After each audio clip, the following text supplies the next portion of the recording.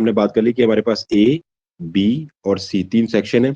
ए में हमने 20 में से जो क्वेश्चन करने हैं वो कितने करने हैं हमने, 15। और बी के अंदर हमने बात करें तो बी के अंदर हम कितने काम करेंगे, हमारे पास टोटल आएंगे क्वेश्चन 50 और उसमें से हमने कितने करने हैं, 35 लास्ट। और सी की अगर हम बात करें तो इसमें हमारे पास क्वेश्चन आने वाले हैं कितने, 75, लेकिन हमने करने कितने, 25। ये चीज याद रखना। और अगर तुम्हें पास होना है तो तुमने एक, हमारे पास जो ए को हमने टच नहीं करना, सिंपल सी बात है, ये हमें हमारे पेपर को खराब करेगा। दूसरा जो बी है, बी में तुमने स्कोर क्या करना है, जो क्वेश्चन आपको आते हैं वही आपने अटेम्प्ट करने हैं। तो आपने इसमें करना है क्या है कि हमारे पास जो टोटल आपको जो 50 क्वेश्चन दिए हैं बी के अंदर, उसमें से आपने जैसे यहाँ लिखा है 35, कोशिश आपकी ये रहेगी कि आपने इसमें से लगभग लगभग 25 क्वेश्चन आप अटेम्प्ट कर लो। अगर आप इस 35 में से 25 क्वेश्चन अगर आप कर लेते हो, और बचा लास्ट वाला सेक्शन सी वाला, सी में आपको मिले 75 क्वेश्चन। 75 क्वेश्चन में से ये जो आपको करने हैं 25, और 25 में से अगर आपकी जो करने की अटेम्प्टेशन अगर 15 क्वेश्चन की रहती है तो आपको सिलेक्ट होने से कोई नहीं रोक रहा, क्योंकि हमने नेगेटिविटी से बचना है। जहां गलत हुए आपका वहां पे ये एक नंबर उसमें से माइनस हो जाएगा आपके, राइट। मतलब एक तो हो गया, और क्वेश्चन के जो 4 नंबर थे, तो मतलब टोटल अगर आप सी पार्ट में क्वेश्चन गलत कर रहे हो तो सीधे आपके -5 हो जाएंगे सी पार्ट में से, राइट। और अगर हम बी में बात करें तो बी में से आपके -3 हो जाएंगे। तो आपने सिचुएशन क्या याद रखनी है कि आपने अपने सी पार्ट में 15 क्वेश्चन करने, ये दिमाग में रखना है।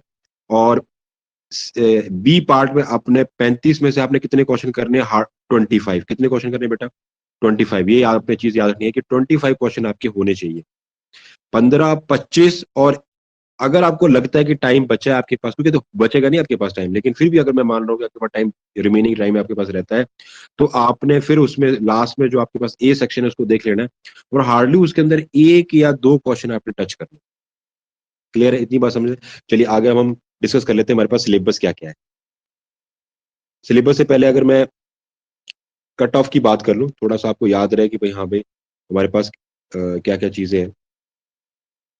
ये हमारा लास्ट ईयर की हमारी कट ऑफ है, राइट।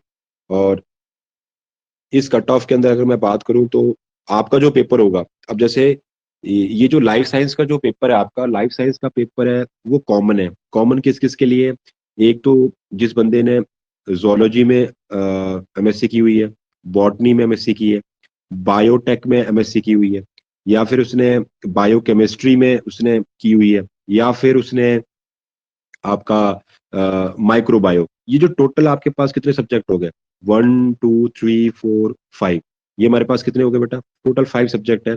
इन सब में जिसने अपनी अपनी मास्टरी पीजी की हुई है, पोस्ट ग्रेजुएशन, कॉमन पेपर आपके पास कौन सा हो जाएगा बेटा, उन सबका कॉमन पेपर रहेगा हमारा लाइफ साइंस। क्या रहेगा बेटा, ये वाला लाइफ साइंस। और ये लास्ट ईयर की हमारी कट ऑफ है, और उसके अकॉर्डिंग हमने यहाँ पे बात की हुई है। तो अगर मैं बात करूँ तो मेरे पास जो यहाँ आप देख रहे हो 2 सेक्शन है।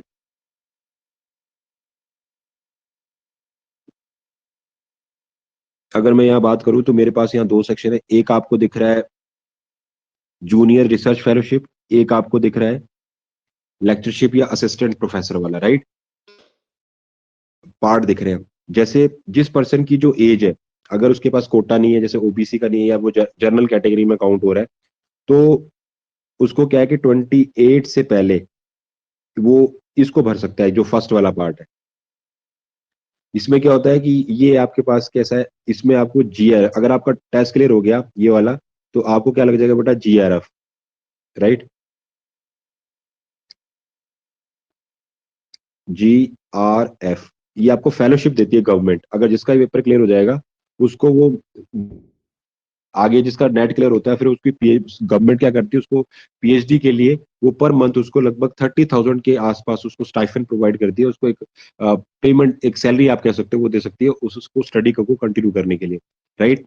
और अगर आपकी, अगर उसमें आप नहीं हो पा रहे, मतलब आपकी एज जो है वो 28 से ऊपर है, या आपके अगर अगर आपके पास कोटा है तो आप 32 तक काम कर सकते हो। मतलब 32 जो ओबीसी सर्टिफिकेट वाले होते हैं या एससी एसटी वाले होते हैं, उनके पास ये सर्टिफिकेट है, तो वो इजीली 32 तक इस वाली पोस्ट के लिए, जो जीआरएफ के लिए अप्लाई कर सकते हैं।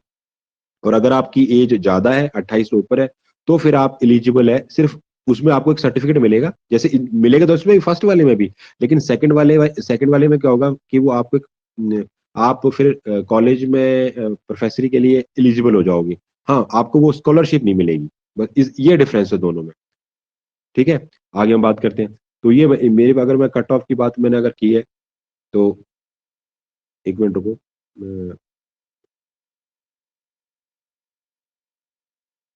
तो अगर मैं बात करूं तो यहाँ पर आप देख रहे हो कि जैसे ये मेरे पास अपनी लाइफ साइंस है, राइट। तो लाइफ साइंस में अगर हम बात कर रहे हैं तो जनरल कैटेगरी के लिए, अब आप बोल रहे हो सर यहाँ तो लिखा हुआ 98 है ना, 98। तो इसका मतलब होता है, क्योंकि ये निकाल रहा है हमारे पास जो पेपर है हमारा, वो है टोटल 200 मार्क्स का, उसके हिसाब से इसने बात की है। तो यहाँ 98 का मतलब लास्ट ईयर जो आपकी परसेंटेज गई है जर्नल के लिए, जो आपकी कट ऑफ गई है वो 48% है, राइट। तो उसी तरीके से 96 इसका भी हाफ कर दो, ओबीसी के लिए भी हाफ कर दो, एससी के लिए भी हाफ कर दो, एसटी के लिए भी, और जो इनके पास ये सर्टिफिकेट होता है, तो ये उसके हिसाब से आपकी कट। और अगर आपने जीआरएफ के लिए अप्लाई नहीं करना, सिंपल आपने बात करनी है लेक्चरशिप के लिए, उसकी और कम हो जाती है कट ऑफ, राइट। तो उसकी अगर हम कट ऑफ की बात करें तो हमारे पास कितना है, 97, 94, 93, 85, 77 और 74। कहने का मतलब ये है कि आपको अपने पेपर के अंदर, जो अगर आप फॉर एग्जाम्पल मैं ये मान रहा हूँ कि आपका जर्नल है ना, मुझे नहीं पता कि आप ओबीसी है जर्नल है जो भी है, पर मैं मान रहा हूँ कि आपका जर्नल है या ओबीसी, अगर जर्नल है तो आप पेपर के अंदर कितना परसेंटाइल लेना पड़ेगा कि भाई आप पास हो जाओ। ऑलमोस्ट लगभग लगभग आपको लाने पड़ेंगे 58 के सराउंड।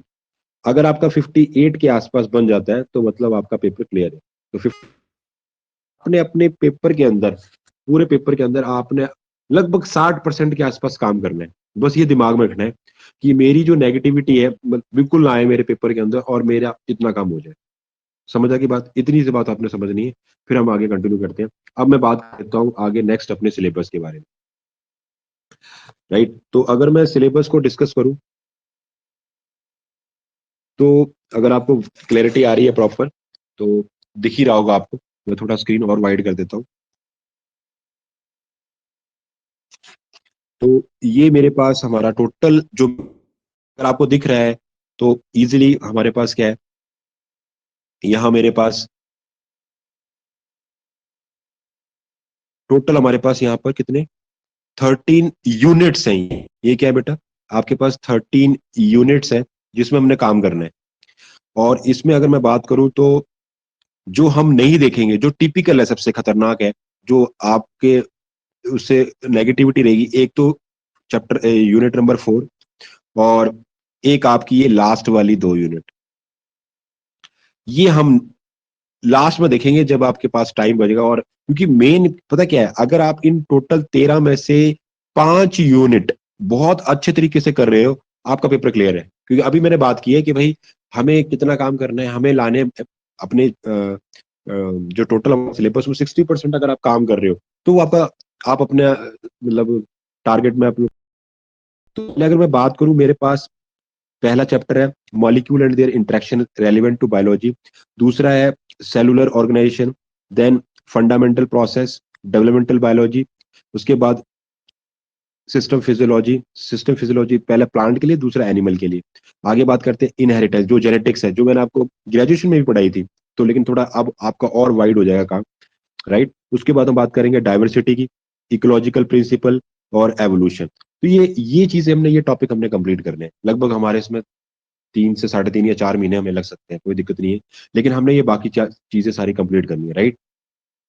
तो अगर हम देखें तो वैसे मैं आपकी ये सारी जो सिलेबस का जो सारा जो सिस्टम है वो पूरा डाल दूंगा पीडीएफ के फॉर्म में, तो आप उधर से सारा देख लोगे। आगे मैं बात करता हूँ, जैसे मैंने अभी,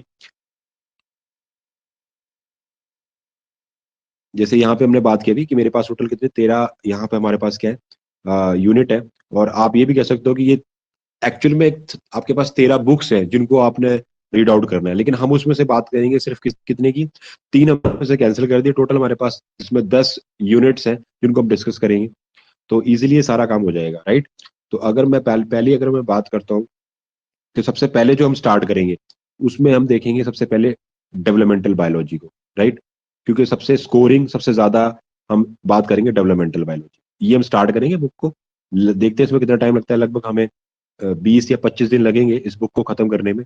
उसके बाद फिर नेक्स्ट करते, जैसे जैसे आपकी बुक्स खत्म होती जाएंगी उसके बाद आप करते जाएंगे, राइट। तो प्रॉपर आपको उसमें आपके नोट्स सारी चीजें आपको मिलती जाएंगी, टेस्ट आपके प्रॉपर होते जाएंगे। और जो भी आपको डाउट हो वो मुझे बाद में आप पूछ सकते हो ड्यूरिंग क्लास में भी, कि सर ये बात समझ में नहीं है, आप हमें दोबारा बताओ, राइट। तो ये चीज हम करते जाएंगे जैसे हम नॉर्मली क्लास में, मतलब आप ऐसा लग रहा है कि जैसे हम घर पे बैठे हैं और ट्यूशन पढ़ रहे हैं, बस इतना दिमाग में रखना है आपने। तो आगे अगर मैं बात करूँ तो अब मैं इसकी आप पीडीएफ फाइल बाद में देख लेना कि हर एक टॉपिक के अंदर, जैसे मेरा फर्स्ट जो चैप्टर जो आपकी यूनिट है उसके अंदर क्या क्या टॉपिक है, तो उसको मैं आपको दिखा देता हूँ एक बार। तो ये मेरी फर्स्ट वाला जो मेरा टॉपिक है, राइट। इसमें अगर मैं बात करूँ तो मेरे पास जो आपके पास जो फर्स्ट मेरे पास जो आ रहा है वो आ रहा है molecule and their interaction relevant, है ना, जो भी हमने बात की। तो इसके अंदर क्या क्या टॉपिक देखने हैं वो सारे टॉपिकों के नाम यहाँ लिखे हुए हैं। ये टोटल टॉपिक्स हमने देखने हैं कि भाई ये सारी चीजें हैं कि भाई स्ट्रक्चर एटम क्या होता है, मॉलिक्यूल केमिकल बॉन्ड्स क्या होते हैं, ये सारी चीजें हमें देखनी नहीं। उसके बाद अगर मैं बात करूं, सेकंड मेरे पास आ जाता है सेलुलर ऑर्गेनाइजेशन, जैसे मेम्ब्रेन का स्ट्रक्चर क्या होता है ना। ये हमने नॉर्मल हमने ग्रेजुएशन में किए हैं, लेकिन वह छोटे, और आपने एमएससी में भी देखा होगा। यहाँ हमें उसे और ज्यादा उसकी डेप्थ में जाना पड़ेगा। जैसे आप पहले प्लस टू में देखते थे, प्लस टू के बाद आप ग्रेजुएशन में आए, फिर आपने पीजी की, तो उसके अकॉर्डिंग हमें और डेप्थ में जाना पड़ेगा, राइट। और चीजों को, तो यहाँ पर हम मेम्ब्रेन का स्ट्रक्चर देखेंगे, फिर या ऑर्गेनाइजेशन। तो इस तरीके से आपने सारी चीजें हमने देखी। ये हम मेनली जो हम काम करने वाले हैं वो हमारा जो चैप्टर डेवलपमेंटल बायोलॉजी, तो उसमें आपने बेसिक कंसेप्ट देखने हैं, गैमेटोजेनेसिस क्या होती है, मॉर्फोजेनेसिस, ये सारी चीजें हम देखेंगे धीरे धीरे करके। तो ये उसके बाद हमारे पास नेक्स्ट आ जाएगा, ये वाला चैप्टर होगा, है ना। तो इस तरीके से आपने ये सारा देख लेना है। ये सारी हमारे पूरे टॉपिक है जो हम करने वाले हैं, राइट। तो मैं इसकी पीडीएफ आपको डाल दूंगा, तो आपने सारे वो देख लेने हैं आराम से, कोई दिक्कत नहीं है। ये पूरा आपका, इसमें मैंने पूरा मेंशन किया हुआ है, ये पीडीएफ मैं आपको सेंड कर दूंगा, तो आप इसको देख लेना, ठीक है। टोटल इसमें जितने भी चैप्टर हैं वो जो आपके पास पेजेस है आप उसको देख लें। तो आज हम अपनी फर्स्ट क्लास का पहला टॉपिक अपना स्टार्ट करते हैं, फिर आगे हम कंटिन्यू करते हैं।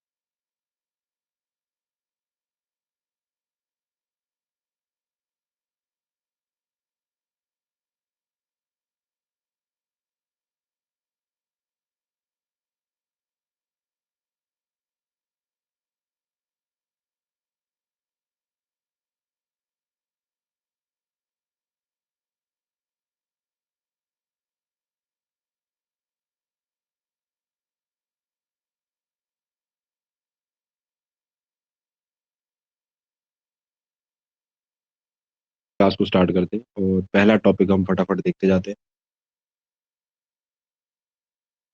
आवाज प्रॉपर आ रही है बेटा? महिमा आवाज प्रॉपर आ रही है ना? हाँ जी सर, आ रही है।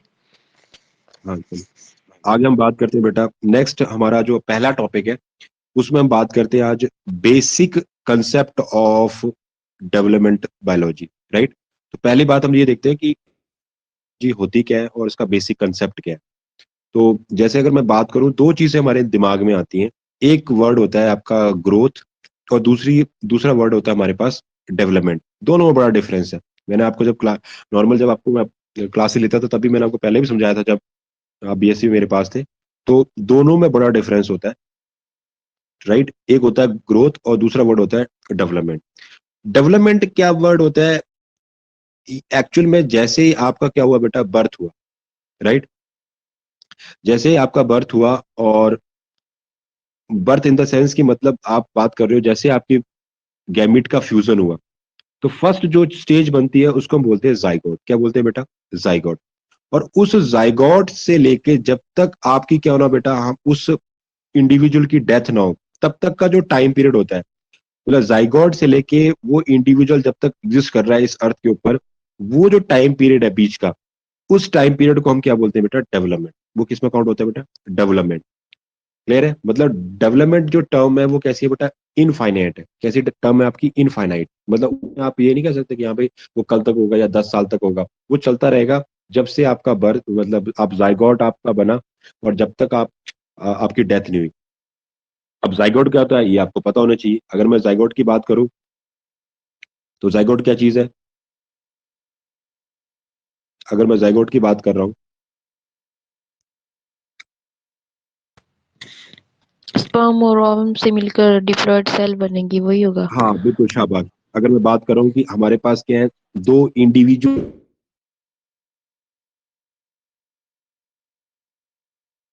हमारे पास गैमेट है और एक मेल का गैमेट, हुआ कि आपके पास तो इस इंडिविजुअल के अंदर जो क्रोमोसोम नंबर है, फॉर एग्जांपल मेरे पास क्रोमोसोम नंबर आ रहे हैं, अगर मैं ह्यूमन की केस की बात कर रहा हूँ, तो उसमें कितने आएंगे बेटा? 46। और मेल में कितने होंगे? 46। कोई दिक्कत नहीं है। लेकिन जब उनके गैमीट बनेंगे तो आपको पता है कि हमारे पास ये सिचुएशन होती है डिप्लॉयड, 2n, है ना? ये इतने में पता है 2n होती है। लेकिन जब गैमीट बनेगा तो हमें जो रिजल्ट में जो अब जो क्रोमोसोम नंबर आएंगे वो कितने आएंगे बेटा? 23। कितने आ जाएंगे बेटा? 23। अब ये 23 जब आपस में क्या होंगे बेटा? फ्यूज होंगे एक दूसरे के साथ, क्योंकि यहाँ पर हम जो सेक्स है वो भी कैसा है? डिफरेंट है। एक मेल बॉडी है, एक फीमेल है, वो दोनों फ्यूज करेंगे और दोबारा से उस डिप्लॉयड वाली सिचुएशन को ले आएंगे। और फ्यूजन से जो हमें फर्स्ट सेल जो रिसीव होने वाली है, उसको आप नाम दोगे बेटा जाइगोट। क्या बोलोगे उसको? जाइगोट। तो अब इसको हम आगे कंटिन्यू कर लेते हैं।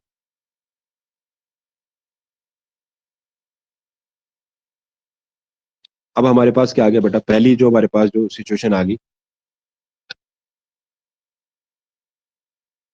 वो आ गई जाइगोट। तो वो कहता है जो आपका बेसिक कंसेप्ट है डेवलपमेंट का, उसमें क्या हो रहा है कि एनिमल की डेवलपमेंट हो रही है। कहाँ से, किस साइड को हो रही है? कहता है पहला तो बनेगा उसमें जाइगोट, देन की नेक्स्ट स्टेज आएगी 8 सेल। मतलब जाइगोट जब आपकी कन्वर्ट हो रहा है, जाइगोट एक सिंगल सेल है। और इसका एक क्वेश्चन यहाँ से आपका बनता है कि जाइगोट में आपसे पूछूं क्या है, तो आप बोलोगे सर एम्ब्रियो। बिल्कुल एम्ब्रियो, लेकिन उस एम्ब्रियो को हम क्या बोलेंगे? Singular embryo. क्या बोलोगे? मतलब एक सेल से बना हुआ है ना। एम्ब्रियो का मतलब क्या होता है? भ्रूण आप जिसको बोलते हो। नॉर्मली जो आपका एम्ब्रियो है वो आपका टर्म है मल्टी सेलुलर, एक टर्म है। कैसी है बेटा? जिसमें आप मल्टी सेलुलर मतलब जो एक से ज्यादा सेल से बना हुआ है। लेकिन यहाँ पर हम बात क्या कर रहे हैं, हमारे पास क्या है? जाइगोट है। तो ये कैसा है? यूनिसेलुलर एम्ब्रियो होता है। कैसा होता है बेटा? यूनिसेलुलर। और ये जो जाइगोट है, जाइगोट एक सिंगल सेल है, वो फिर कन्वर्ट होगा 2 सेल स्टेज में, फिर 4 सेल स्टेज, फिर 8 सेल। ये आ गई आपकी 8 सेल स्टेज। कौन सी आ गई बेटा? 8 सेल। अब ये जो 8 सेल स्टेज है, उसके बाद आपकी स्टेज आएगी ब्लास्टुला। ब्लास्टुला के बाद आएगी गैस्ट्रुला। और उसके बाद आपका वो जो इंडिविजुअल है वो एक एडल्ट एनिमल में धीरे धीरे बाद में कन्वर्ट हो जाएगा। बात क्लियर है? कोई दिक्कत नहीं है? समझ आ रही बात? कि जाइगोट है, जाइगोट के बाद 8 सेल से स्टेज आएगी, फिर ब्लास्टुला आ जाएगी, फिर गैस्ट्रुला। और गैस्ट्रुला के आते ही आपकी उस स्टेज के अंदर टोटल आपको 3 लेयर्स बन जाएंगी, जिसको बोलते हैं लेयर। मतलब एक होती है उसमें आपकी एक्टो, एक होती है एंडो, एक हो जाती है मीजो। और वो हमें स्टेज कब मिलती है? After gastrulation. कब मिलती है बेटा? After gastrulation. तो ये चीज हमें याद रखनी है कि जो एनिमल की डेवलपमेंट है, पहले उसमें क्या शुरू, पहले क्या आएगी स्टेज? जाइगोट। फिर क्या आएगा उसमें? 8 सेल स्टेज। मतलब जाइगोट के बाद क्या बना? 2 सेल स्टेज, 4 सेल स्टेज। और जब जैसे आपकी 8 सेल स्टेज आ गई, तो उस स्टेज को हम फिर क्या नाम देते हैं बेटा? मोरुला। बोलते क्या उसको? मोरुला। मोरुला के बाद आपकी नेक्स्ट स्टेज आ जाती है ब्लास्टुला। ब्लास्टुला के बाद नेक्स्ट स्टेज आती है गैस्ट्रुला। राइट। और ये जो गैस्ट्रुला स्टेज आपको रिसीव होती है, इस गैस्ट्रुला स्टेज में ही आपको आगे 3 जर्म लेयर्स रिसीव होने वाली हैं। और इन 3 जर्म लेयर से ही फर्दर उस ऑर्गेनिज्म की सारी बॉडी के जो ऑर्गन्स है उनकी फॉर्मेशन। राइट। और उसके बाद धीरे धीरे जैसे वो 3 जर्म लेयर्स आपको रिसीव हो जाएंगी, यानी बाहर की तरफ एक्टो, बीच में मीजो और अंदर की तरफ एंडोडर्म, ये तीनों लेयर उस बॉडी की एक एक ऑर्गन या एक एक टिश्यू को बनाएंगी। राइट। और बाद में जाके कल को जाके वो जो फ्यूचर में जाके वो एक एडल्ट एनिमल आपको रिसीव होने वाला है। इतनी बात समझ आ गई? आगे देखते हैं।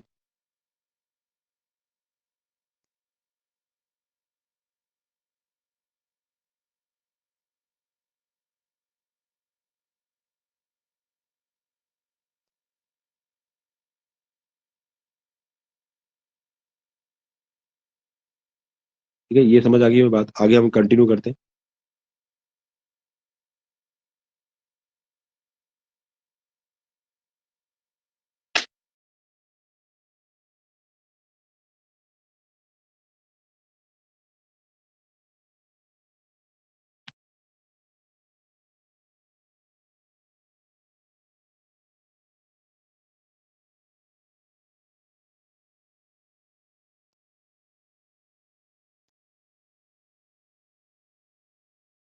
अब मैं बात करता हूँ यहाँ पर हमारे पास मेन क्वेश्चन क्या आ रहा है।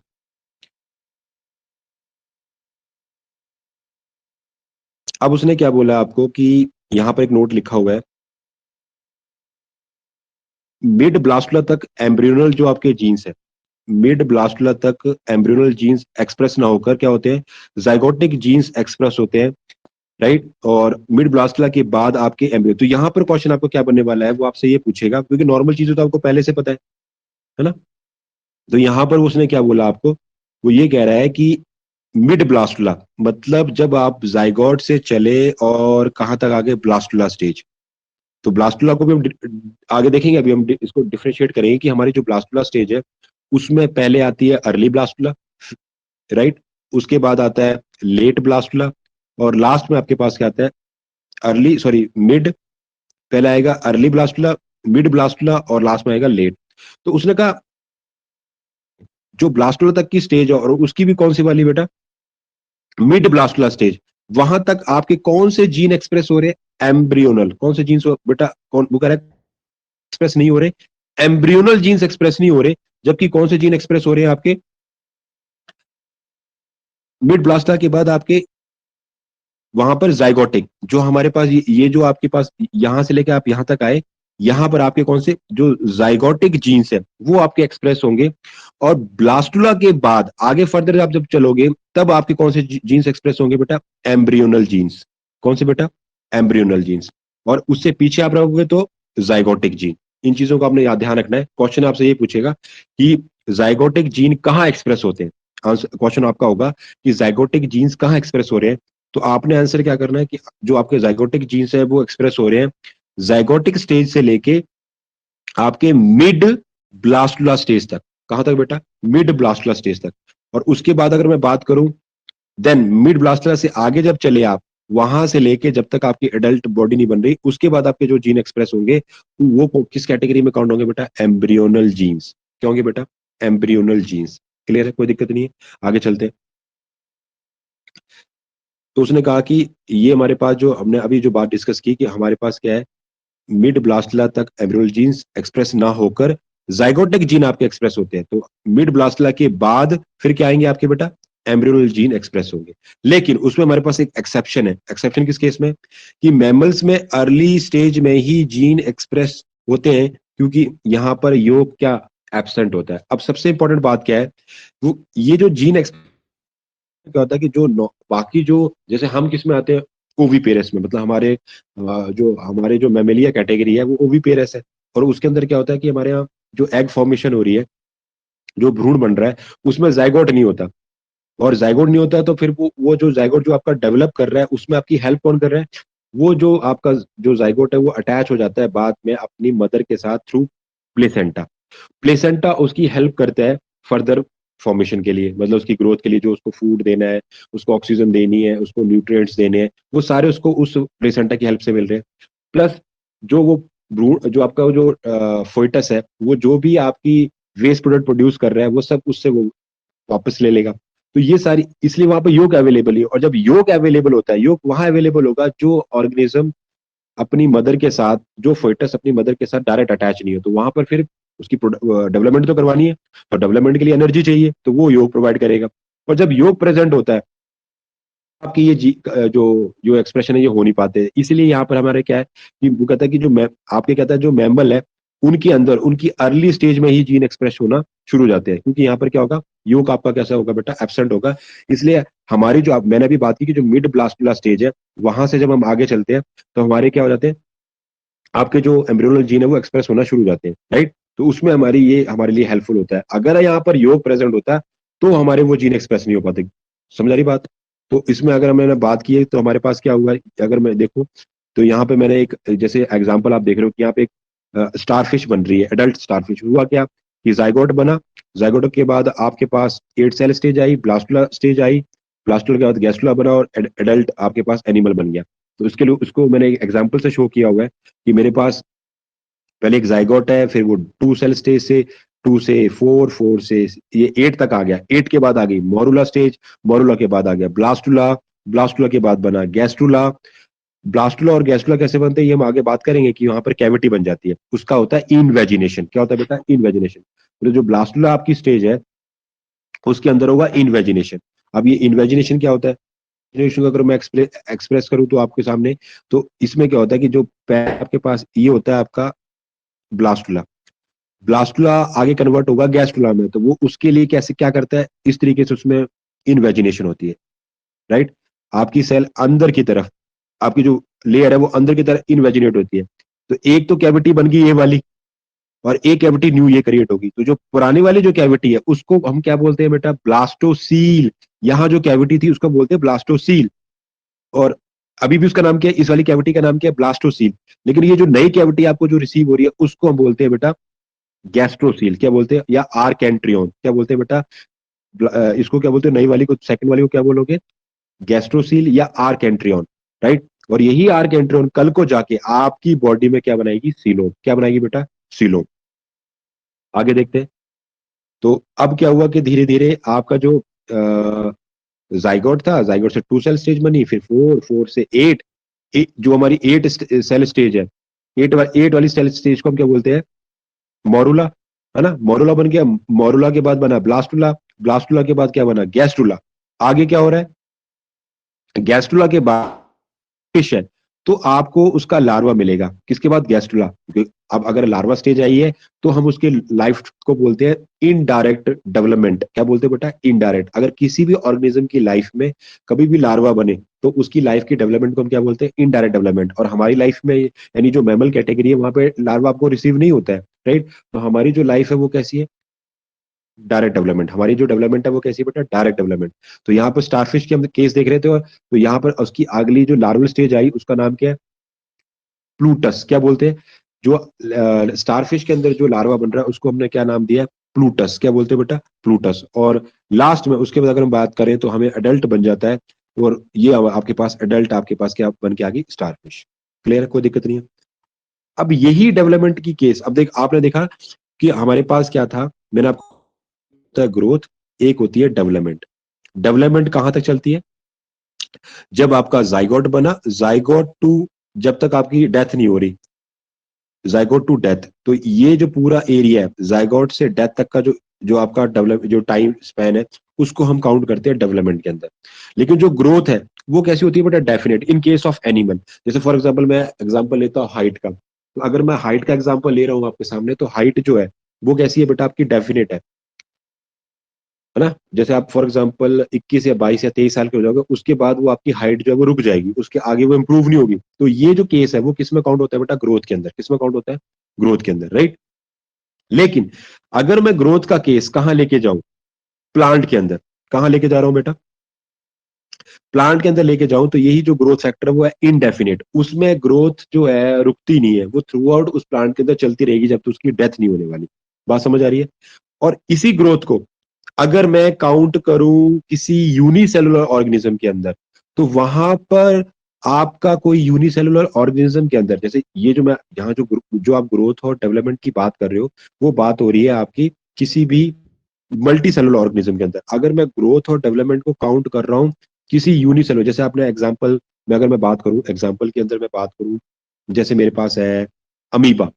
तो अमीबा के अंदर मैं तुमसे पूछूं कि बेटा बताओ इसमें ग्रोथ कैसे करोगे और डेवलपमेंट कैसे करोगे, तो आपका आंसर होगा सर इसमें ग्रोथ और डेवलपमेंट एक ही चीज है। अगर मैंने इसमें ग्रोथ करवानी है तो मुझे इसको डिवाइड करना पड़ेगा, और तो यहाँ पर डिवीजन यानी डिवाइड करना और ग्रोथ करना एक जैसा हो रहा है, एक सिनोनियम्स हो रहे हैं। जब ये डिवाइड करेगा तो ये 1 से 2 हो जाएगा, तो इसका ये 1 से 2 होना ही इसका यहाँ पर ग्रोथ कहलाता है और इसकी डेवलपमेंट कहलाता है। तो यहाँ पर ग्रोथ और डेवलपमेंट और डिवीजन सारी एक ही चीजें होती हैं, सिनोनियम्स होती हैं। किस लेवल पर? जब आपका ऑर्गेनिज्म कैसा हो, यूनिसेलुलर। जैसे मैं बैक्टीरिया में बात करूं, बैक्टीरिया में जैसे जैसे वो अपना जैसे मैं बोल रहा हूँ यहाँ पे बहुत सारे बैक्टीरिया हो गए, मतलब उन्होंने वृद्धि कर ली, डेवलपमेंट कर ली, सेम एज इट इज मैं बोलूँ वो ग्रोथ कर रहे हैं, तो भी वही आएगा कि उन्होंने अपना नंबर इंप्रूव किया with the help of division. वो जैसे जैसे डिवीजन कर रहे हैं वैसे वैसे अपना नंबर इंप्रूव कर रहे हैं। क्लियर हो रही बात? समझ आ रही बात? आगे देखो। तो अगर प्लांट के केस, अगर मैं प्लांट का केस ले रहा हूं, तो प्लांट के केस में क्या हो रहा है? प्लांट के केस में आपके पास अगर मैं बात कर रहा हूं,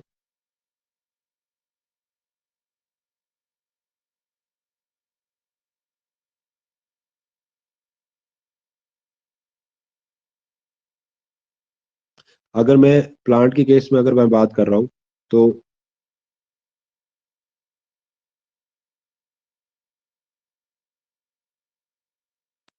अगर मैं प्लांट के केस में बात कर रहा हूं आपके सामने, तो इसमें क्या हो रहा है हमारे पास? जाइगोट है, जाइगोट के बाद एक 2 सेल स्टेज आ गई, और इस 2 सेल स्टेज के अंदर एक सेल, जिसको आप क्या नाम दे रहे हो?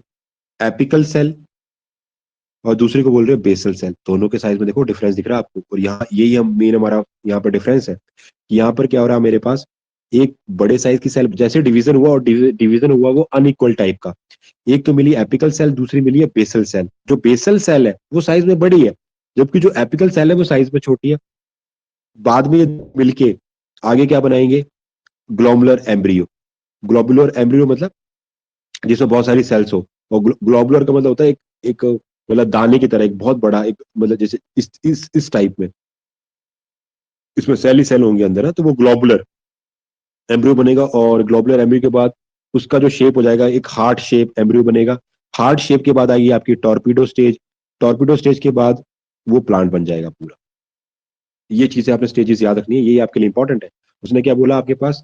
प्लांट की जो डेवलपमेंट है उसमें पहले जाइगोट बनेगा, राइट? जाइगोट।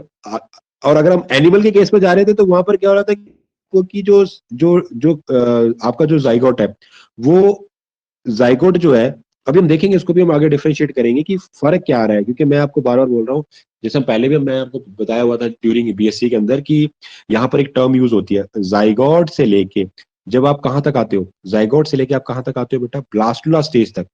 तो यहाँ पर जो आपके जाइगोट जो एक सिंगल सेल था, वो ब्लास्टुला में पहुंचते पहुंचते 8 सेल हो गया। कितना हो गया बेटा? 8 सेल स्टेज तक पहुंच गया।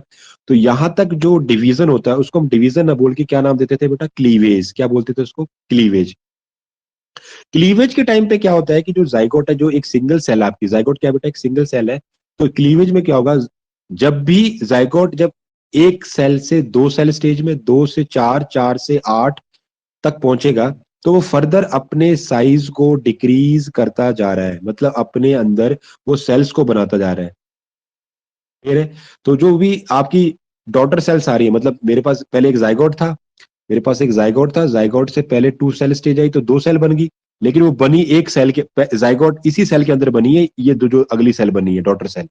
तो ये जो डॉटर सेल है दो, इनका साइज अपनी मदर सेल से कैसा है बेटा? छोटा होता जा रहा है।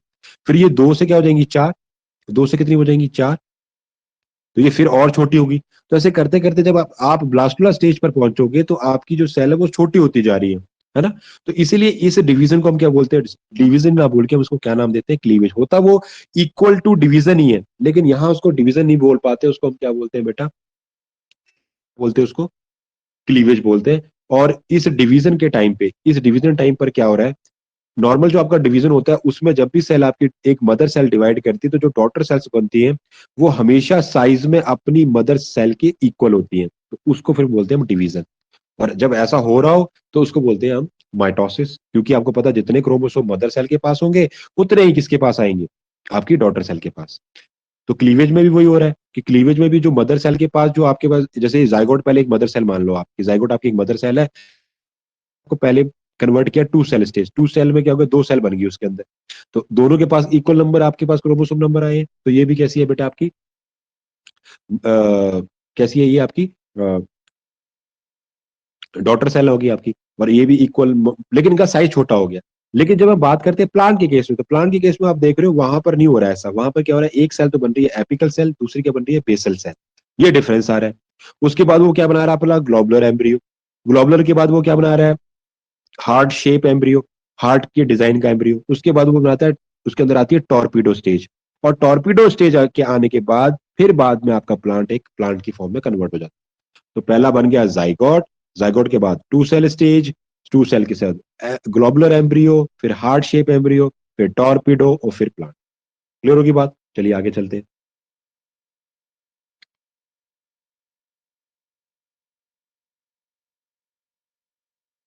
अब हम बात करते हैं कि जो मेरा डेवलपमेंट है उसके कौन कौन से उसके अंदर स्टेप आते हैं, या कौन कौन से फर्दर उसके अंदर पॉइंट है, ये हमने डिस्कस करना है। राइट। तो इसके अंदर अगर मैं बात करूं तो मेरे पास, अगर मैं बात करूं तो यहाँ हेडिंग है सम की कंपोनेंट ऑफ डेवलपमेंट। कि डेवलपमेंट के अंदर सबसे मेन चीजें क्या है, तो नंबर वन पहले तो होगी ग्रोथ, फिर होगा कमिटमेंट, फिर होगा डिफरेंशिएशन, फिर होगी मॉर्फोजेनेसिस। बहुत इंपॉर्टेंट पॉइंट। पहला आएगा ग्रोथ, फिर होगा कमिटमेंट, फिर होगी डिफरेंशिएशन, फिर होगी मॉर्फोजेनेसिस। समझ आ रही बात? क्या अब इसको आप इसे याद रख सकते हो, GCDM, इस फॉर्मूले से याद रख सकते हो, GCDM। राइट। ताकि आपको ये जो क्रम है ये याद रहे। ये जो आपकी ये स्टेपिंग कर रहे हो, ये स्टेपिंग आपको याद रहे, क्योंकि स्टेप बिल्कुल पर्टिकुलर, ऐसा नहीं है कि आप कमिटमेंट को ग्रोथ पे रख दो, ग्रोथ के बाद आप डिफरेंशिएशन डालो, ऐसा नहीं हो सकता। क्लियर हो रही बात? तो आपको ये स्टेप बाय याद रखना पड़ेगा कि पहला आपका आपका आएगा ग्रोथ, फिर आएगा आपका कमिटमेंट, फिर आएगा आपका डिफरेंशिएशन, फिर आपकी क्या आएगी मॉर्फोजेनेसिस। इतनी बात क्लियर है? उसके बाद अगर मैं बात करता हूँ, हमारे पास जो आ गया नेक्स्ट, हमारे पास जो बात आई है, फर्स्ट हमने पहले हम डिस्कस कर लेते हैं ग्रोथ को, कि ग्रोथ क्या चीज है। तो अगर मैं ग्रोथ की अगर मैं बात कर रहा हूं, तो ग्रोथ का मतलब होता है सेल का साइज इंक्रीज करना। क्लियर है बात? ग्रोथ का मतलब क्या बेटा, सेल का साइज इंक्रीज करना। साइज इंक्रीज करने के दो तरीके हो सकते हैं, या तो सेल अपना डिवीजन करे, या सेल क्या करे, अपने आप को एक्सपैंड करे। और एक्सपेंशन वो किस फॉर्म में हो सकता है, इलोंगेशन फॉर्म में। क्लियर है? हमने बात की, हमने अभी क्या बात की कि मेरे पास जो डेवलपमेंट का जो तरीके हैं उसमें ये चार तरीके आ सकते हैं। मतलब मैंने क्या करना है बेटा, वृद्धि करनी है किसी किसी भी ऑर्गेनिज्म के अंदर, किसी भी प्लांट के अंदर, तो उसको ये चार चीजें चार स्टेप करने पड़ेंगे। पहला उसको क्या करना पड़ेगा बेटा, ग्रोथ करनी पड़ेगी। क्या करना पड़ेगा बेटा, ग्रोथ करनी पड़ेगी। फिर उसको कमिटमेंट करना पड़ेगा, उसको डिफरेंशिएशन करना पड़ेगा, और उसको क्या करना पड़ेगा, मॉर्फोजेनेसिस करना पड़ेगा। इतनी बात समझ आ रही है? तो इसमें हम बात कर रहे हैं पहले ग्रोथ की। पहले हमने फैक्टर पकड़ा है ग्रोथ, डेवलपमेंट के अंदर ही ग्रोथ आ रही है, अभी हमने डिस्कस किया। अब जब आपने ये ग्रोथ की अगर आप बात कर रहे हो, तो इसमें हमने बात की है कि मेरे पास जो ग्रोथ है उसमें पहले ग्रोथ का हम क्या सेंस ले रहे हैं, सेल का साइज इंप्रूव हो, इंक्रीज हो। उसके दो मेथड है हमारे पास, या तो वो डिवाइड करे, तब भी ग्रोथ हो सकती है, या तो वो अपने आप को क्या करे, इलोंगेट करे, एक्सपेंशन करे अपने आप अपने साइज में। तो सेल जब डिवाइड करेगी तो आप देख रहे हो, ये ये देख रहे हो, आपकी एक सेल थी, मदर सेल थी, और उससे आपको क्या मिल गई, दो डॉटर सेल मिली है। तो इन्होंने किया क्या होगा, माइटोसिस, दो डिवीजन के। या तो आप क्या कर लो, माइटोसिस कर लो, या आप क्या कर लो, मियोटिक डिवीजन कर लो। या तो माइटोसिस कर लो, या क्या कर लो बेटा, मियोसिस कर लो। जब भी मियोसिस होगा रिजल्ट में दो सेल मिलती हैं, जब भी माइटोसिस होगा रिजल्ट में दो सेल मिलती है, और जब भी मियोसिस हो रहा है रिजल्ट में कितनी मिलेगी बेटा, फोर सेल। इतना हमेशा याद रखना है। इतनी चीजें हमें याद रखनी है। और मैंने आपको पहले ही बताया हुआ है कि हमारे पास, हमारी अगर हम अपनी बॉडी की बात कर रहे हैं, मतलब अगर हम एनिमल के अंदर बात कर रहे हैं, तो जो हमारी बॉडी के अंदर ओनली टू टाइप की सेल आपको मिलती है। एक होती है आपकी सोमैटिक, और दूसरी होती है जर्मिनल सेल। एक होती है सोमैटिक, और दूसरी होती है जर्मिनल सेल। जो सोमैटिक सेल होती है वो हमेशा यूज करती है डिवीजन के लिए माइटोसिस, लेकिन जो आपकी गैमेटिक सेल होती है वो हमेशा यूज करती है मियोसिस। क्या करती है बेटा, मियोसिस। तो जब भी मियोसिस होगा गैमेटिक सेल के अंदर, तो आपको रिजल्ट में चार सेल मिलेंगी, और वो चारों के चारों आपके क्या होंगे, गैमीट। क्या होंगे बेटा, गैमीट। लेकिन अगर आपकी सोमैटिक सेल डिवीजन कर रही है, तो वो यूज करेगी माइटोसिस, और माइटोसिस से हमेशा आपको रिजल्ट में टू डॉटर सेल मिलती है। कितनी मिलती है बेटा, टू डॉटर सेल। इतनी बात समझ आ गई? बात क्लियर होगी? तो आगे चलते हैं। तो ये तो बात होगी ग्रोथ की। तो ग्रोथ उसने कहा कि भाई आप सेल को साइज का इम्प्रूवमेंट करो, या तो सेल डिवीजन कर सकते हो या सेल को एक्सपेंड कर सकते हो या उसको एक्सपेंशन कर सकते हो, राइट? तो अब हम देख लेते हैं कि ये जो ग्रोथ है वो एनिमल के केस में कैसी हो रही है। तो यहाँ अगर हम मैं बात करूं, जो एनिमल है उसमें सेल जो डिवीजन होता है बहुत रैपिडली होता है, बहुत फास्ट होता है। और लेकिन जो सेल इलांगेशन है वो यहाँ नेगेटिव है, जीरो के बराबर, राइट? अगर थोड़ा बहुत आपको दिख भी रहा है तो वो कहाँ है? In early stage. कहाँ दिखेगा बेटा? समझ रही बात?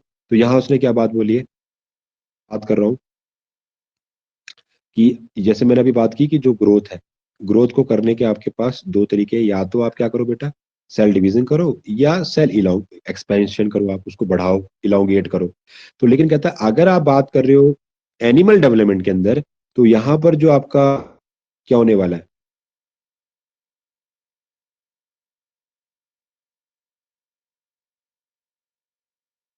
यहाँ पर जो आपका एनिमल अगर डेवलपमेंट की बात करो, यहाँ पर अगर जो आपकी ग्रोथ होने वाली है एनिमल के अंदर, वो वहां पर क्या होता है, एक तो सेल डिवीजन बहुत तेज होता है, एनिमल्स के केस में बहुत ज्यादा तेज होगा। दूसरा, उसमें सेल इलोंगेशन जो है वो क्या होगी, एब्सेंट इन अर्ली स्टेज। वो क्या होगी बेटा, वो उसके during the forts embryonal stage के अंदर ये इलोंगेशन वाला फंडा आपको नहीं दिखेगा। उसकी जो स्टार्टिंग वाली अर्ली स्टेज में आपको ये चीज दिखाई नहीं देगी, राइट?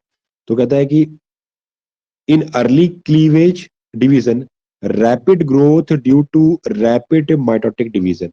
तो कहता है अभी हमने बात की कि जो एनिमल की डेवलपमेंट है, सेल डिवीजन रैपिड करता है इन अर्ली स्टेज के अंदर, और वहां पर इलोंगेशन कैसी कैसी है, इलोंगेशन, सेल इलोंगेशन क्या एब्सेंट है। और इन अर्ली स्टेज में आपका ये जल्दी जल्दी सेल डिवीजन क्यों हो रहा है? क्योंकि वहां पर आप क्या कर रहे हो, क्लीवेज कर रहे हो। क्लीवेज क्या होता है, सबसे इंपॉर्टेंट बात क्या है क्लीवेज की, सबसे इंपॉर्टेंट मैं बात करूं, एक होती है सेल साइकिल। अगर आपने सेल साइकिल पढ़ी हो, याद होगा आपको, मैंने आपको पढ़ाया भी था। सेल साइकिल क्या होता है, सेल साइकिल में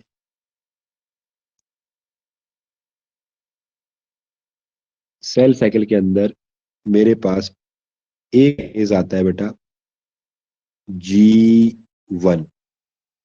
एक फेज आता है बेटा ये वाला, इसको बोलता हूं मैं एस फेज। एक फेज बेटा मेरे पास आता है G2 फेज। और लास्ट जो फेज बचा इसको मैं बोलता हूं एम फेज। क्या बोलता हूं बेटा? M phase. क्लियर है? तो मेरे पास क्या फेज आ गया बेटा, एक आ गया G1 फेज, एक होता है एस फेज, एक होता है G2 फेज, एक होता है एम फेज। क्लियर है बात?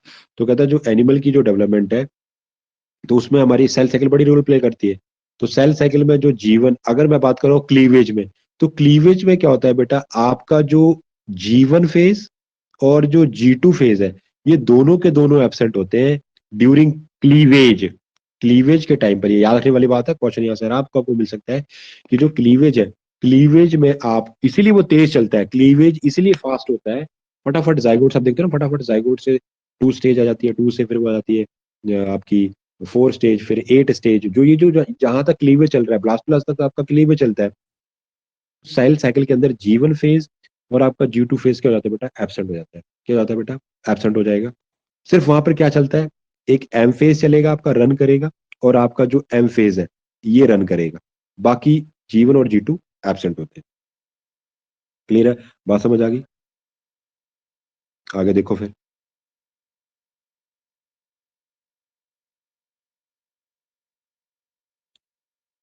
तो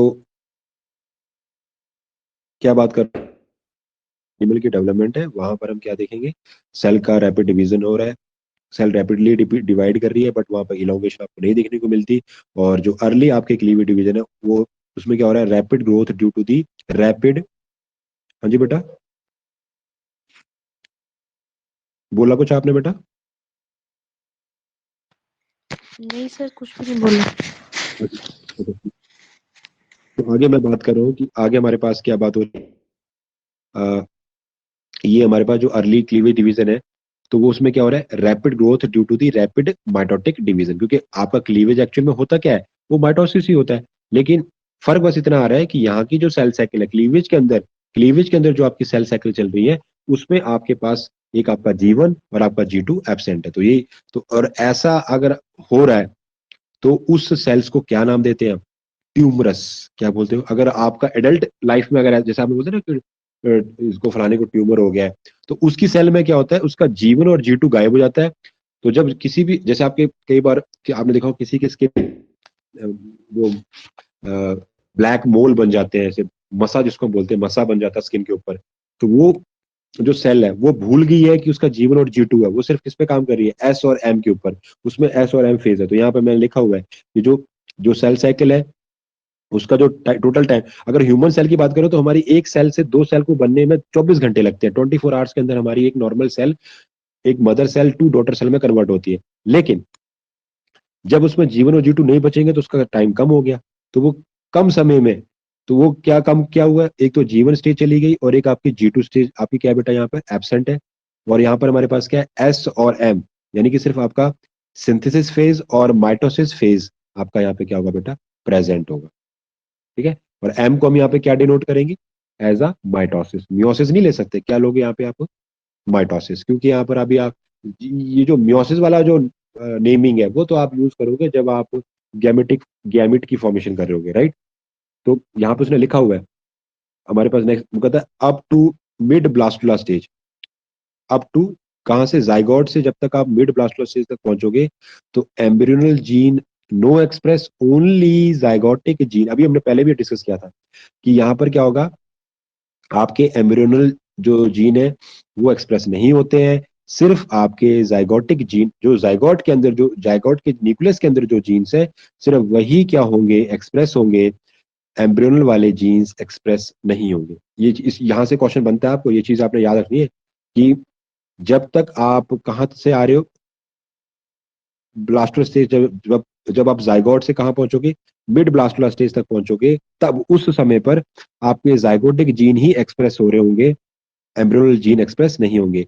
एम्ब्रियोनल जीन एक्सप्रेस होंगे ना जब एम्ब्रियो बन जाएगा, तब वो एम्ब्रियोनल जीन आके फर्दर एक्सप्रेस होंगे। उससे पहले कौन हो रहे हैं, मिड ब्लास्टुला से पहले पहले कौन एक्सप्रेस हो रहा है, जाइगोटिक जीन एक्सप्रेस हो रहे हैं, राइट। और इस टाइम पर आपकी जो सेल है वो इलोंगेट नहीं हो सकती। और in early condition then cell, इसीलिए जब सेल बड़ी नहीं हो सकती, इसलिए क्लीवेज के टाइम आपकी सेल का साइज हमेशा छोटा होता जाता है।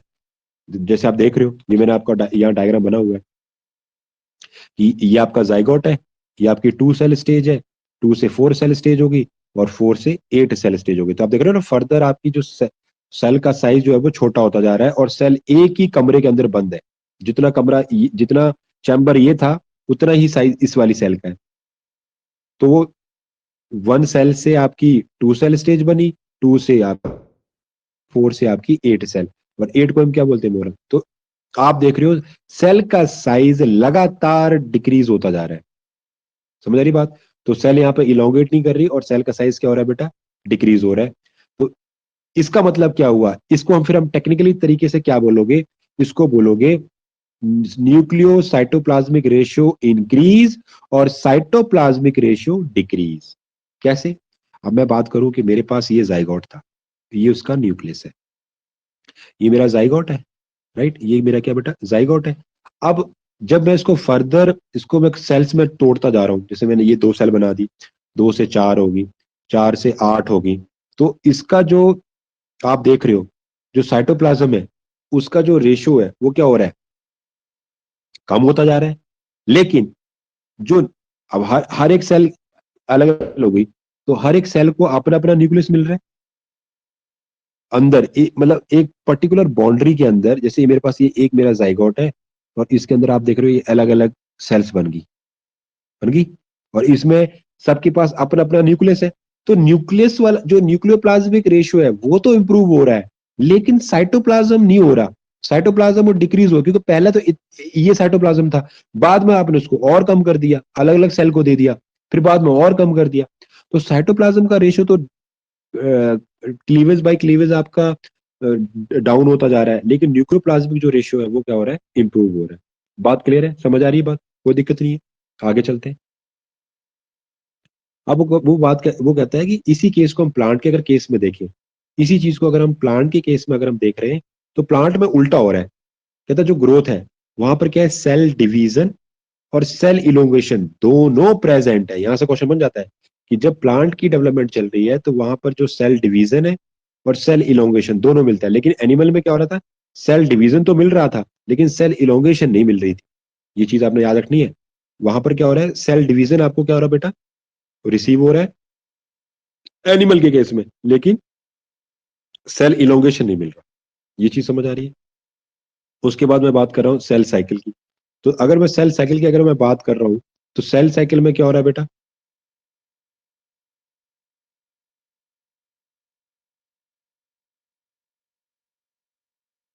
तो अगर मैं यहाँ पर अगर यहाँ पर जो सेल साइकिल का जो टाइम पीरियड है वो कैसा है बेटा, नॉर्मल। कैसा है, मतलब प्लांट की केस में अगर आप ग्रोथ लेके चल रहे हो, डेवलपमेंट करवा रहे हो, तो उसकी जो सेल साइकिल है, चाहे जाइगोट शुरू हुए वहां पर आपको G1, आपको G2, आपको एस फेज और आपको एम फेज, ये चारों के चारों रिसीव होने वाले। समझ आ रही बात, ये चारों के चारों आपको मिलेंगे in case of plant development.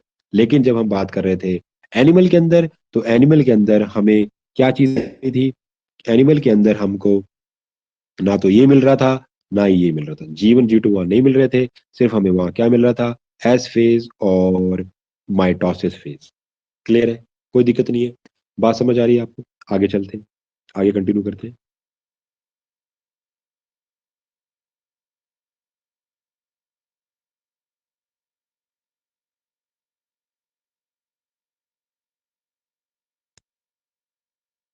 अब वही बात कर रहा हूँ कि ये मैंने उसी प्लांट की डेवलपमेंट बताया कि यहाँ पर आपके पास टू सेल स्टेज आ गई। यहाँ आपके ये वन सेल स्टेज है, वन मतलब जाइगोट है, जाइगोट से टू सेल स्टेज आई, और आगे उसमें साथ में इलोंगेशन भी हो, सेल इलोंगेट भी कर रही है।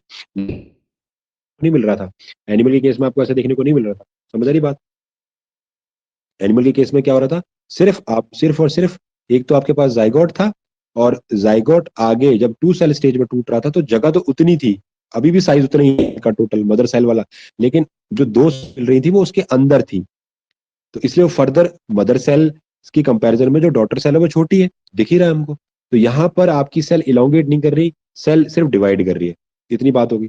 चलिए आगे चलते हैं। अब बात करते हैं ग्रोथ की टाइपिंग क्या क्या होती है। अब हम बात करते हैं जो ग्रोथ की टाइपिंग क्या होती है। तो कहता है एक जो ग्रोथ होती है उसका टाइप है आइसोमीट्रिक ग्रोथ। क्या नाम है बेटा, आइसोमीट्रिक ग्रोथ। राइट, आइसोमीट्रिक टोटल हमारे पास अगर हम बात करें, हमारे पास फोर टाइप की यहाँ पे ग्रोथ देखने को मिल रही है। पहला है आइसोमीट्रिक, दूसरा आपके पास एलोमेट्रिक ग्रोथ, नेक्स्ट आपके पास है डिटर्मिनेट ग्रोथ, के पास है अनडिटर्मिनेट ग्रोथ। राइट, ये ग्रोथ के हमारे पास पार्ट है। तो इसको आपने करना क्या है, जैसे आपकी क्लास जब ऑफ होगी, जब आपके पास फ्री टाइम होगा, तो जितने भी आपको जो ये जो दिख रहा है आपको ऑनलाइन में, आप इसको अपने अपनी हैंड राइटिंग में अपने नोट्स बनाते जाओ, ताकि आपको अपने, क्योंकि हमेशा इंसान को अपनी राइटिंग समझ में आती है, तो वो आप फटाफट उसके नोट्स बनाते जाना, ज्यादा टाइम नहीं लगेगा आपको। राइट, तो हम बात कर रहे हैं, हमारे पास आ गया नेक्स्ट आइसोमेट्रिक ग्रोथ। राइट, तो आइसोमेट्रिक ग्रोथ के अंदर अगर मैं बात करूं तो ये ग्रोथ क्या होती है, इसको समझ लेते हैं। आइसो का मतलब समझ, मैंने पहले समझ जाना चाहिए कि आइसो का मतलब होता है जहां पर एक जैसी कोई समान वाली चीज कर रहे हो, इक्वल वाली चीज आप बात कर रहे हो। तो यहाँ आप देख रहे हो, इसमें मैंने एग्जांपल दिया, आपसे पूछ सकता है कि आइसोमेट्रिक ग्रोथ आप एक कहाँ देखने को मिलती है। आंसर आपका होगा प्लांट्स। क्या आंसर होगा बेटा, प्लांट्स। क्लियर है बात। अब देखो यहाँ पे मैंने एक फार्मूला भी लिया, आई IADU। आई से मतलब आइसोमेट्रिक ग्रोथ, से मतलब एलोमेट्रिक ग्रोथ, डी का मतलब हमारे पास क्या आ रहा है, डिटर्मिनेट, और यू का मतलब हमारे पास क्या आ रहा है, अनडिटर्मिनेट। तो आप याद कर सकते हो उससे, है ना। तो आइसोमेट्रिक ग्रोथ का मतलब जहां पर आपके पास कुछ सेम रहे, कुछ चेंज ना आए। तो यहाँ आप देख रहे हो मेरे पास जाइगोट है, टू सेल स्टेज आई, टू से मेरे पास क्या होगी, फोर सेल स्टेज आ गई। तो सारी की सारी जो सेल है उनका साइज में कोई डिफरेंशिएशन नहीं आ रहा, मतलब घट नहीं रहा ना, है ना। तो आप देख रहे हो कि नॉर्मल एनिमल में क्या होता था, मदर सेल से जो डॉटर सेल बनती थी वो छोटी रह जाती थी। यहाँ पर ऐसा नहीं हो रहा, यहाँ पर क्या हो रहा है, सेल आपकी बड़ी है। देखो मतलब नॉर्मल एक सेल है, फिर 2 होगी, साइज मदर सेल के बराबर ही रह रहा है, ये 2 फिर उतनी साइज की है। तो ऑल सेल कैसे लिखा हुआ है, ऑल सेल कैसी दिखने में कैसी है, football ball like, have radial symmetry. सारी की सारी जो सेल है उन वो एक जैसी है, यानी फुटबॉल की तरह है। और उनके अंदर सिमेट्री कौन सी मिल रही है बेटा, रेडियल। रेडियल सिमेट्री क्या होती है, सिमेट्री याद है आपको, सिमेट्री याद है आपको, एक होती है ओवल, एक होती है रेडियल सिमेट्री, एक होती है पेंटा रेडियल सिमेट्री, एक होती है आपके पास बायलेटरल सिमेट्री। तो ओवल रेडियल सिमेट्री जहां से आप अब आपके पास जो ओवल या स्फेरिकल सिमेट्री होती है, उसका मतलब क्या होता है कि मैं अपने ऑर्गेनिज्म को कहीं से भी काटूं, किसी भी प्लेन से, करोड़ों प्लेन है मेरे पास, कहीं से भी काटूं, मेरे को क्या है, हमेशा मेरा जो एनिमल है वो मुझे 2 इक्वल पार्ट में मिल जाए, तो उसको मैं क्या बोलता हूँ, स्फेरिकल। एक आती है रेडियल सिमेट्री। रेडियल सिमेट्री में क्या होता है, मेरे पास जो ना वो लिमिटेड हो जाते हैं, 1 हो सकता है, 2 हो सकता है, 3 हो सकते हैं, 4 हो सकते हैं, 5, 5 से ऊपर नहीं जाओगे, तो वो रेडियल सिमेट्री होती है। मतलब एक प्लेन, दूसरा प्लेन, तीसरा प्लेन, चौथा प्लेन, है ना। इस तरीके से आपके पास टोटल 5 प्लेन होते हैं। तो जिसके पास 5 प्लेन हो और ऐसी सिमेट्री को फिर हम बोलते हैं पेंटा रेडियल सिमेट्री। क्या बोलते हैं बेटा, पेंटा रेडियल सिमेट्री, कोई दिक्कत नहीं है, राइट। लेकिन जब आप पेंटा से ऊपर चले जाते हो, जब ज्यादा हो आपके पास, अनलिमिटेड प्लेन हो, तो उसको बोलते हैं स्फेरिकल या ओवल सिमेट्री।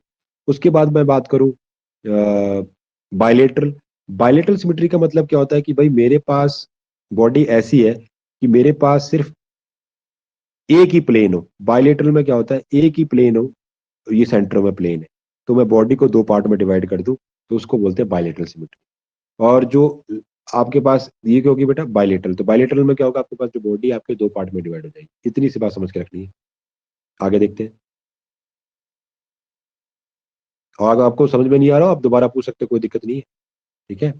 तो इसमें मैंने क्या बात अभी डिस्कस की कि भाई मेरे पास आइसोमेट्रिक ग्रोथ के अंदर क्या हो रहा है, सारी जो सेल है वो एक जैसी है, तो show synchronise growth, equal cell division होगा और इक्वली साइटोकाइनेसिस होगा। तो कहता है जो आइसोमेट्रिक ग्रोथ है उसके अंदर क्या हो रहा है, एक तो वो कैसा काम कर रही है, सिंक्रोनाइज ग्रोथ, सब एक जैसी ग्रोथ करेंगी सारी सेल, सारी की सारी सेल, चाहे वो 1 से 2 बनी हो, 2 से आपकी 4 बनी हो, 4 से आपकी 8 बनी हो, सबकी इक्वल ग्रोथ होगी, इक्वल सेल डिवीजन चलेगा। और साइटोकाइनेसिस मतलब साइटोप्लाज्म का डिवीजन, एक तो होता है न्यूक्लियस का डिवीजन, उसे कहते हैं न्यूकाइनेसिस, और एक होता है प्लाज्मा का डिवीजन, उसको हम क्या नाम देते हैं बेटा, साइटोकाइनेसिस। तो सब जगह इक्वल चलेगा काम, ठीक है।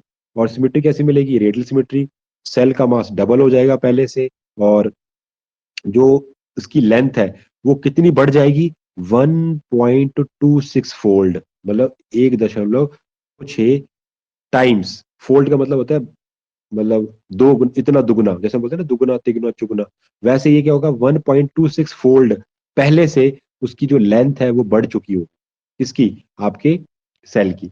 तो ये चीज आपने याद रखनी है, आइसोमेट्रिक ग्रोथ के अंदर ऐसा होता है। नेक्स्ट मैं बात करता हूँ एलोमेट्रिक ग्रोथ। आज हम ये ग्रोथ वाला टॉपिक, ये जो 4 हमने टाइप बात की, इतना डिस्कस करते हैं, फिर शाम को हम जब दोबारा क्लास स्टार्ट करेंगे तो उनको भी साथ में ले लेंगे, मतलब वो ना रह जाए, है ना। फिर उनके साथ हम कंटिन्यू कर लेंगे अगले वाले टॉपिक को, और वो जब तक पीछे देख लेंगे, अगर ज्यादा कर लेते हैं तो फिर उनका ज्यादा ही रह जाएगा पीछे।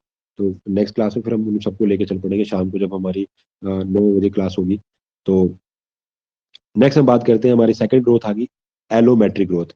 एलोमेट्रिक ग्रोथ कैसी होती है, अनसिंक्रोनाइज ग्रोथ, उसको बोलते हैं अनसिंक्रोनाइज, जहां पर जो भी डॉटर सेल्स बने उनका साइज एक जैसा ना हो। तो जैसे आप देख रहे हो, जैसे जाइगोट है, और जाइगोट से ये बना, तो हम देख रहे थे किसके अंदर, जब हम बात कर रहे थे प्लांट में, एक सेल बड़ी बन रही थी, एक छोटी बन रही थी, देख ही रहे हो आप, है ना। एक सेल आपकी कैसे बन रही है बेटा, एक बड़ी बन रही है, और एक कैसे बन रही है बेटा, छोटी। तो यहाँ पर क्या हो रहा है, आगे आपने देखा कि देखो अलग अलग बन गए, एक बना मीजोमियर्स बाहर की तरफ, एक बने मैक्रोमियर्स, एक बने माइक्रोमियर्स।